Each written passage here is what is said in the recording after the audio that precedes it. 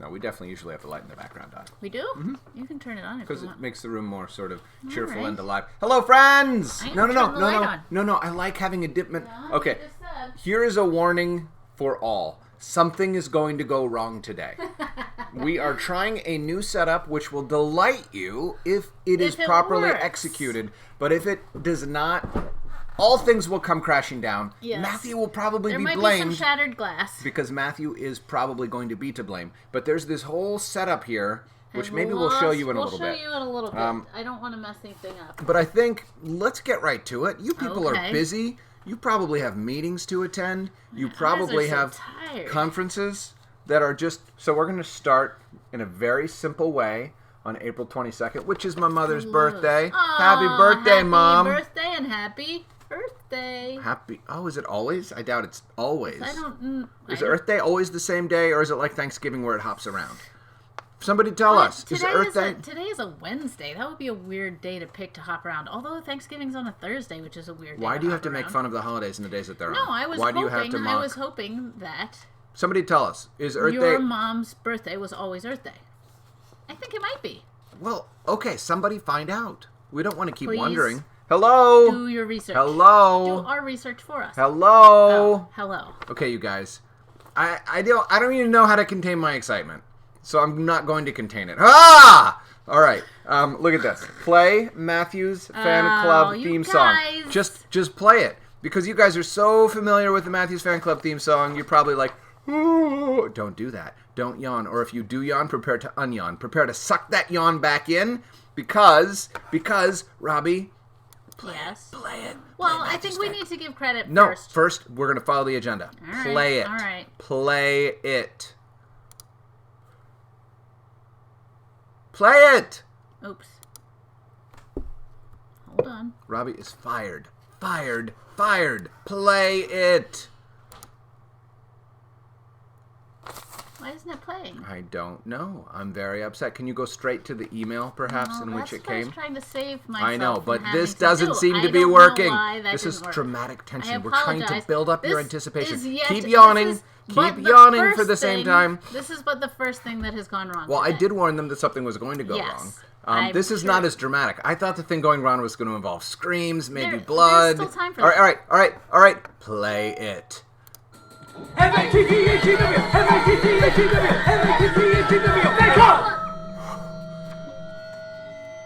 Did you hear the shredding guitar slowly dying? I think that's what that was, right? Was that a shredding guitar slowly? No, keep it up. Keep it up. Keep it up. Just move this down so I can see my face, please. Thank you. All right. Eulogy for Matthew's Fight Club theme song, Fan Club theme song.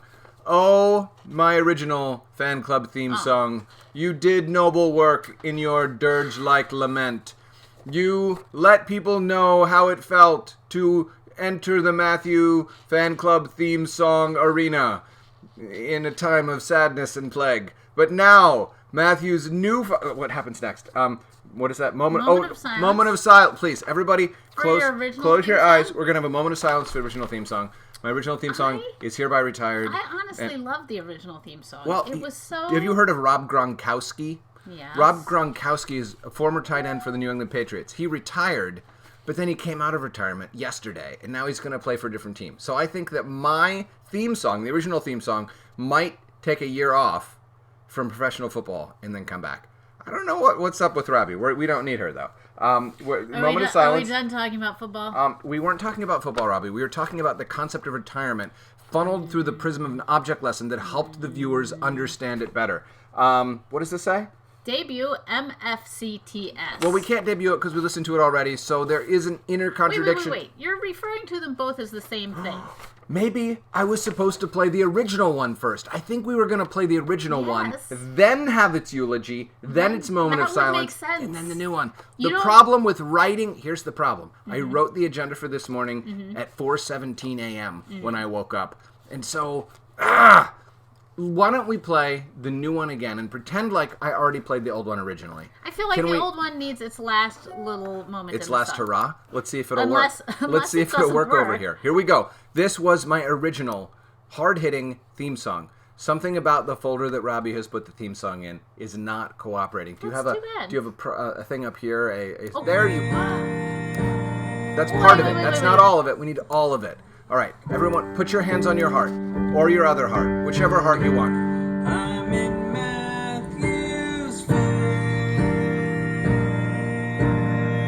club. I'm really sad to see this one go. Okay. I really like that one. Now, remember.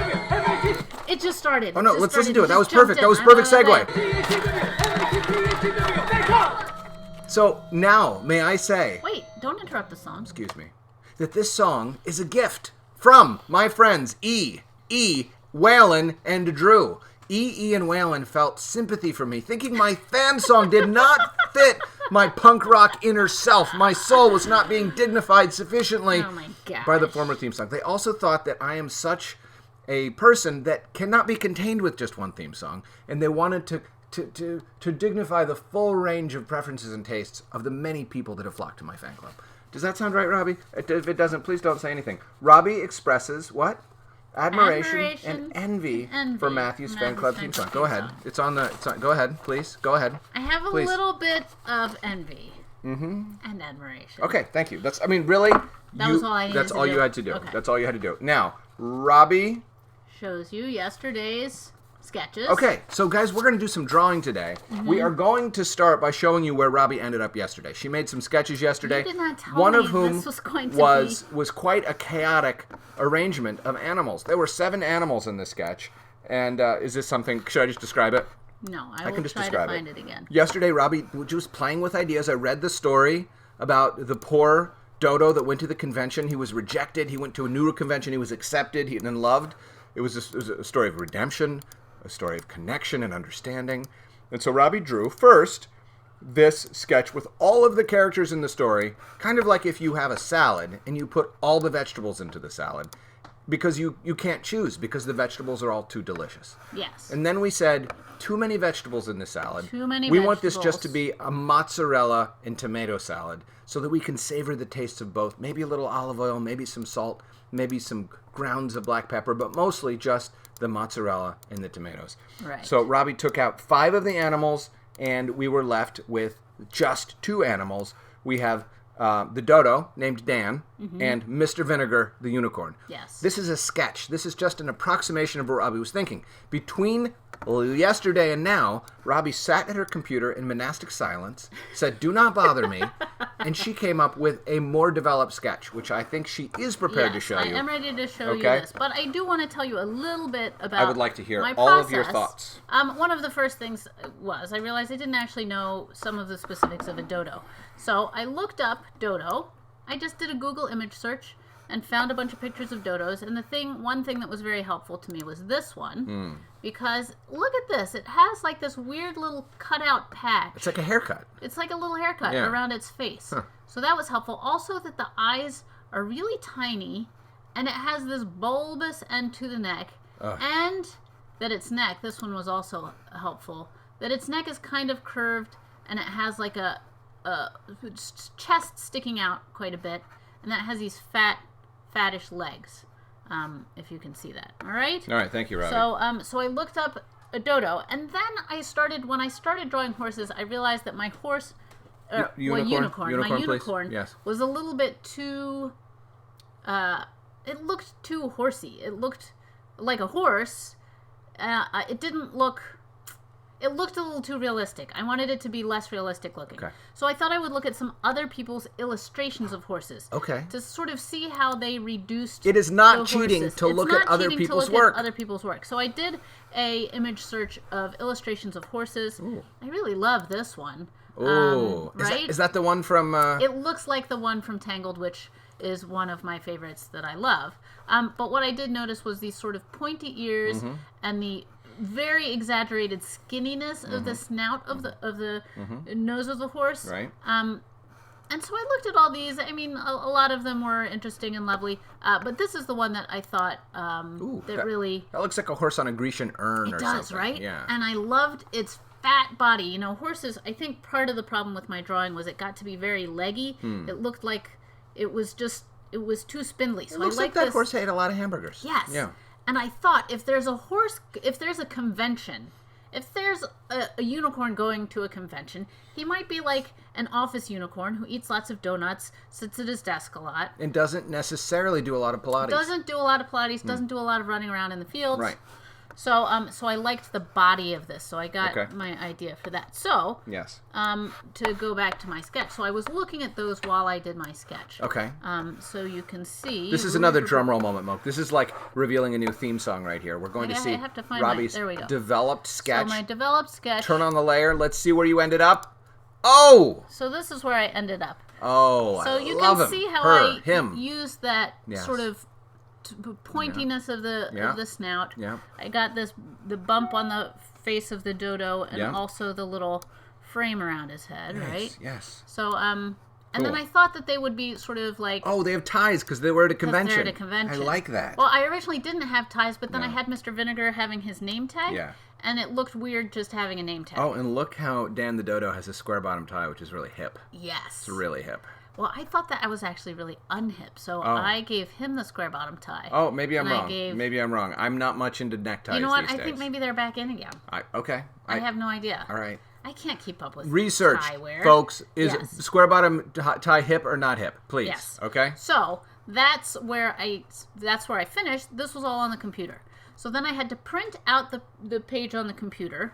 And now I'm going to have to do some shenanigans. So, Matthew, while I'm doing camera shenanigans, I would like you to do some reading. I have a treat for you guys. As you know, over the last couple of days, I have issued works of lament for the research that never arrived from my friend Maeve. No, I don't want you to show them that. Well, I just wanted to show you, she did a lot of work on making it look beautiful. She chose a font that has a reflection, as if the typeface was sitting in a pond or skimming the top of the water and reflecting just so on the water. But I don't want to give away Maeve's research by showing it, Robbi. I would like you to take it away. Okay. I don't want anyone to see it. You're just going to look at I'm going to do a live reading. We're going to watch you.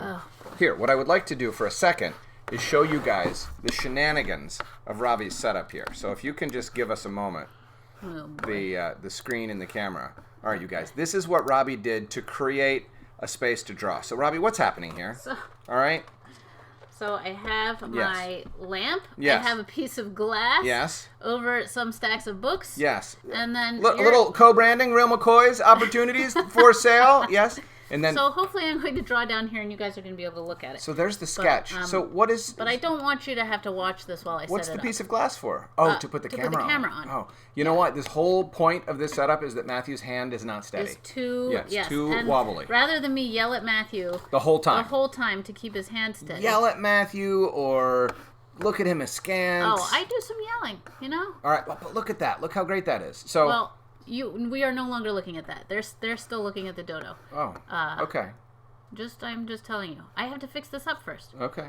There are some things, so you need to be talking so that I can do this. I'm getting yelled at anyway, if you guys didn't notice. I'm going to read Maeve's Xenobot research. So while you watch Robbi get set up to do her drawing, to create the final pen and ink sketch, the final actually, I'm going to read from Maeve's Xenobot research. Please prepare to be gripped and delighted. Okay. Are you ready? Well, I can start drawing now, or do you want to We're doing both at the same time. Okay, well, I had a little more explaining to do. All right, please, explain away. Sorry. I just teased Maeve's Xenobot research. Yes. Okay, so here we go. Here is the printout that I did. Yeah. Actually, that's not the printout that I did. The printout that I did is right here. Ooh. Okay. Okay. And I had to darken up the lines a little bit because I put this piece of paper. I taped it onto the back of my paper. I put this piece of paper on the light table. Okay. Which shines light up through the bottom. Yeah. So that I could do a little tracing here. And usually I actually work directly on the light table, but it was too complicated to try to set up here. So I just penciled in a very loose sketch of what these guys look like. Super light, so it doesn't interfere. Light. And here's the thing, you know, everybody talks about fancy pencils and stuff. Yeah. The best pencil that I found to use is a standard mechanical pencil because they have very hard lead, so it's easy to erase. If you write really lightly, it'll leave 0 smudges. Where if you use a fancy pencil, like I have lots of fancy pencils, it smudges too much. So that's a cheapo like Bic pencil that I'm using to do the tracing. All right. So now, Matthew, I guess you can read while I draw. You have nothing else to say? I have nothing else to say. All right. Well, I did want to show you. Did you see how Robbi got you excited again? Sorry. All right. Yes. So this is the pen that I use. Okay. It's a quill pen. It's got a little metal nib on it. But the funny thing is, this morning, as I was setting this up, I dropped the pen, and this was the nib that used to be on it. Gosh darn it, I dropped it right on its head and it bent. So you can't use a bent nib like that. That's a really especially ugly bent nib. So that's a chucker. I just got to chuck that. But guess what? I have a box of these. Let's see. I have a box of many Robbi, nibs. are you bragging about your nib I'm plentitude? just saying, tools are important, and you need to be prepared for things like dropping your nib on the ground. I'm jealous because as a writer, I don't have any sort of nib equivalent. I basically have my laptop, and that's it. Robbi gets all sorts of cool gear. That's all I'm saying. I'm a little bit jealous. So I'm going to try, this glass is just barely letting me dip my pen in here. So, okay. But I wanted you to see how I dip the pen. Okay. So there we go. All right. And I'm just going to start drawing. Okay, Matthew, you can go ahead and read Maeve's research. Are you please. sure that you're so. not prepared to just interrupt me again? I will try not to. All right. Maeve, I also want to let you know I just got your flightless birds research PowerPoint deck. I can't wait to dig into that soon. But for now, let's hear from Maeve. Scientists are developing tiny machines that are actually alive. These xenobots are created from heart and skin cells of frogs. The process... Excuse me. You can express enthusiasm, but wait till I read more than one sentence. I don't understand. The process of making these bots is very long and hard, and only the most perfect xenobots make it out of the testing process. Xenobots may one day be zooming through our bloodstreams and even the ocean, but that most likely won't happen for a long time. It takes hours and hours of extremely difficult microsurgery to create just one bot, and xenobots are only about 1 millimeter wide. So why would xenobots be inside our bodies and our oceans? Well, scientists believe that someday xenobots could be programmed to clear microplastics from the ocean, or even repair organs in our bodies without the patients feeling anything. These bots were created by researchers at the University of Vermont and Tufts University. Skin and heart cells were selected for specific reasons. Skin cells for their ability to bond together to form the passive architecture of the xenobot, and heart cells were chosen for their ability to contract and relax, the goal being to create tiny engines that could propel the xenobots. After observing the natural dynamics of the skin and heart cells, the data was fed into an algorithm run on a supercomputer. Using this data, the algorithm was able to generate millions of differing cell configurations to test one outcome, locomotion. Then began testing. Oh, I like that sentence. Then began testing. Robbi, your drawing is beautiful so far. Thanks, man. Only the fittingest configurations made it to the next stage of testing. After about 100 test runs, only the best configurations were left. Thanks to the algorithm, the researchers finally had a perfect design, now that all they had to do was create the bots. The xenobots could propel themselves forward, or in circles. They could even work together. And when cut open, the xenobots healed themselves. What? Understanding how cells do these things is ultimately the goal of the research. Cells are very intelligent, and there are many things that we do not know about them and how they work, such as how do they communicate to build complex bodies, and how do they heal? These xenobots are just the first step. If scaled up, the bots could be used to prepare organs, or even grow body parts for transplant from the ground up. They could be created from a patient's own cells and then inserted into their bloodstream, and programmed to clear plaque from clogged arteries or detect cancer. These bots are not limited to the medical field, though. The team also envisions assigning individual tasks to a swarm of xenobots to collect microplastics from the oceans or collect radioactive contaminants. Future xenobots could possibly include nervous systems, blood vessels, or even reproductive parts. These additions are leading people to consider these bots as more than just machines. Right now, the xenobots are very basic. But the next step is to develop a xenobot that is capable of carrying a payload using patient cells to deliver medication deep within the human body without the patient noticing. These xenobots are just the first step in understanding how life forms, and they are incredibly awesome. Maeve, very nice job with that report. I have a feeling that you did research and you assembled that report yourself. Please confirm if I am correct. If so, I am very impressed. If not, I am still very impressed that you found that stuff and sent it to us. Good job. Love it very much. Also, Xenobots, let me understand. Okay. This is the problem with drawing and listening at the same time. Xenobots are made... They're out of just skin cells and heart cells. from frogs. I think so. And it's basically not real. I mean, it's not a mechanical robot. It's a living cell robot. It is a construct made of organic parts, but it is still a constructed, functioning, I think, machine. Yeah, I see what you're saying. You know what I'm saying? Yeah. Because it is doing something that would not have existed without those components being put together. It's just that the components are organic, right? Wow. Yeah. That is fascinating. I don't think they're saying that they're an independent life form, which that would be, creating a new life form. I think they're just saying they made something that performs a task out of organic pieces. So, like a cloned sheep, for instance, that's a creature, not a xenobot. That's a whole new being. If you're asking me what I think, I think that's right. I don't actually know, because I am no Maeve and I am no scientist. You guys, what's happening over here is so beautiful. I wish you could see it from an angle where you could see the thick, wet ink sort of piling up in a sheeny luster. Amy Schaefer, I totally agree that the mane on Mr. Vinegar is quite lovely and flowing. Yes, Waylon, I'm sorry that you missed the theme song. I don't think I can play it right now without messing Robbi up. So we will play it in the next show, or we might just have it on the agenda to play at the end of this show if we have time.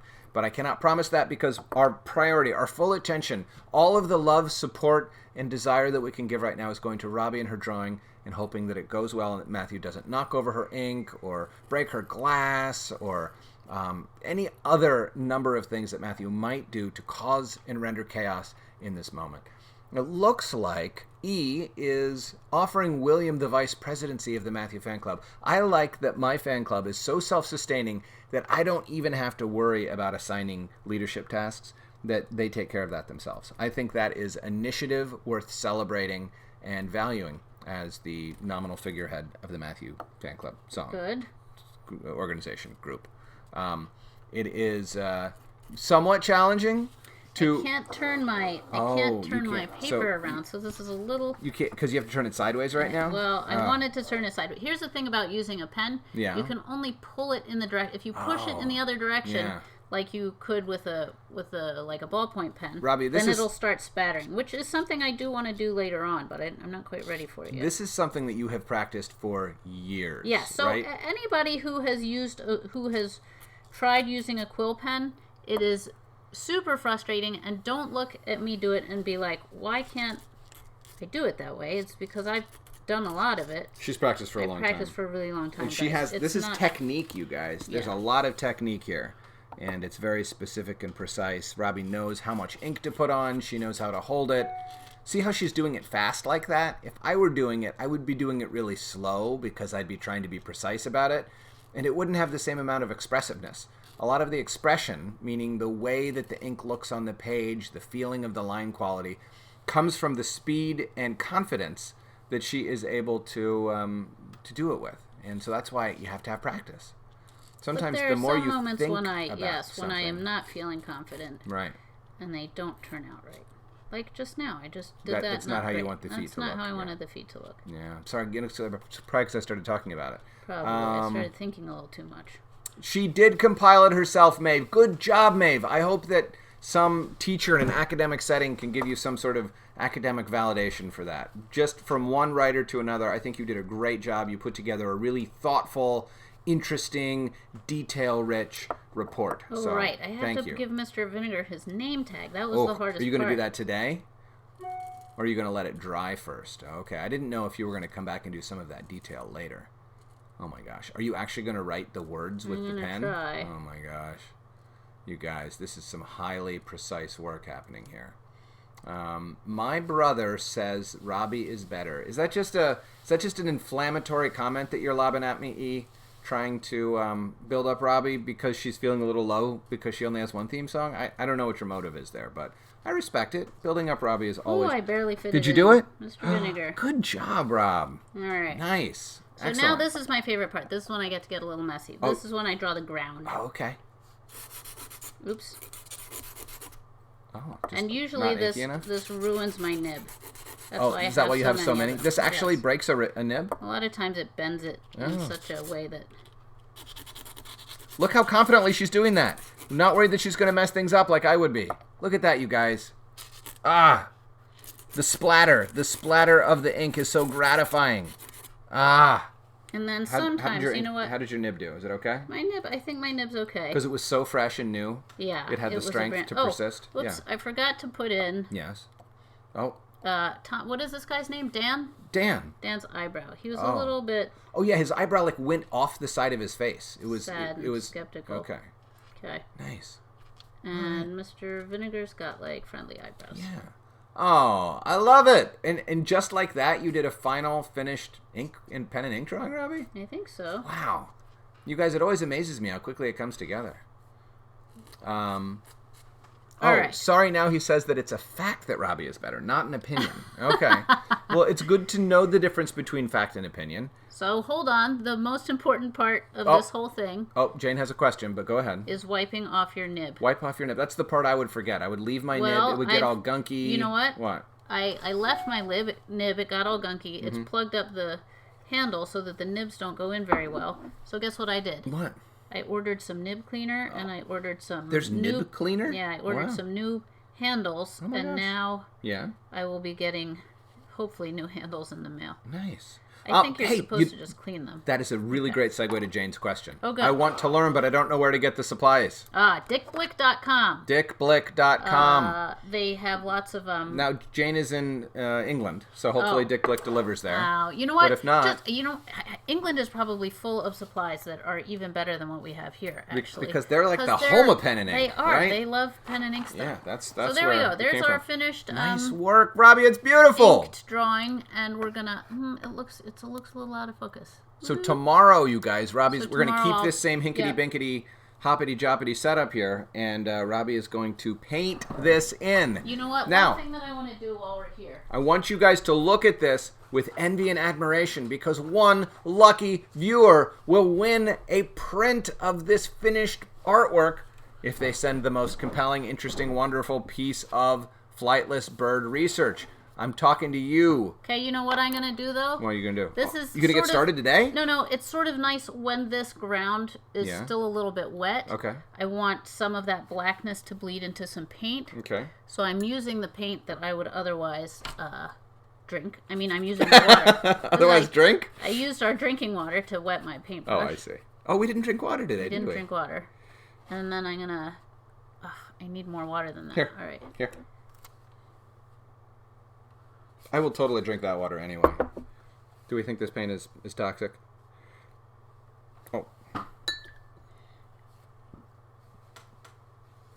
See how it does that cool Washity cool wash? wash effect? Matthew's trying to... I'm trying to get promotional pictures for tomorrow's... just for a second, move your hand, and I'm going to just get this beautiful... So there we go. So that makes a nice... It's a little hard to see with this shine on the water here.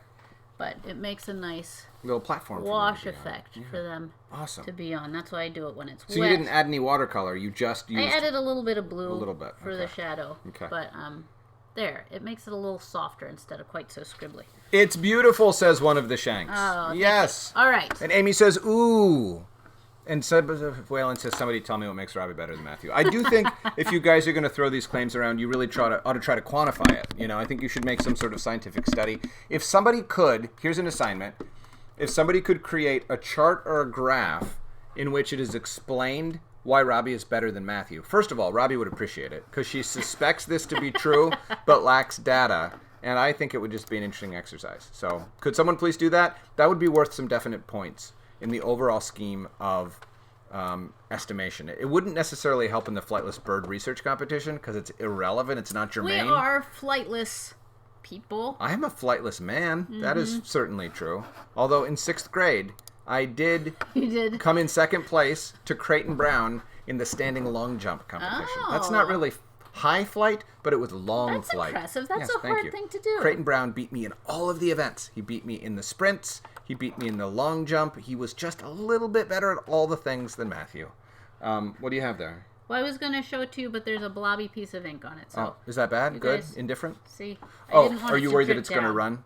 Oh, you know, they got to see it really well. That's true. They you guys really got to did. see it better than All right. better than that. So anyway, guys, you have your homework. Oh, we got to go. Oh, jeez. I mean, it took a while. It did take a while. Sorry that took so long. No, listen. I think what you accomplished in that short amount of time is incredibly impressive. Thank you. Robbi, somebody put that on the data points for why Robbi is better than Matthew. Matthew could not have pulled that off. What do we have here? Robbi... I did all those What things. does that Robbi say? shows you how sketches are developed. What does Then that say? Robbi inks the sketch while Matthew reads Maeve's research. Yeah. Closing celebration of MFCTS. We're going to do that at the top of the next show. Robbi reminds you about flightless birds research being due tomorrow. I think we covered all the bases. Tomorrow, Go to guys. the other stream. Tomorrow, if they are due. We'll see you in just a second on the other side of things. Bye. That's all, folks. Bye. Just for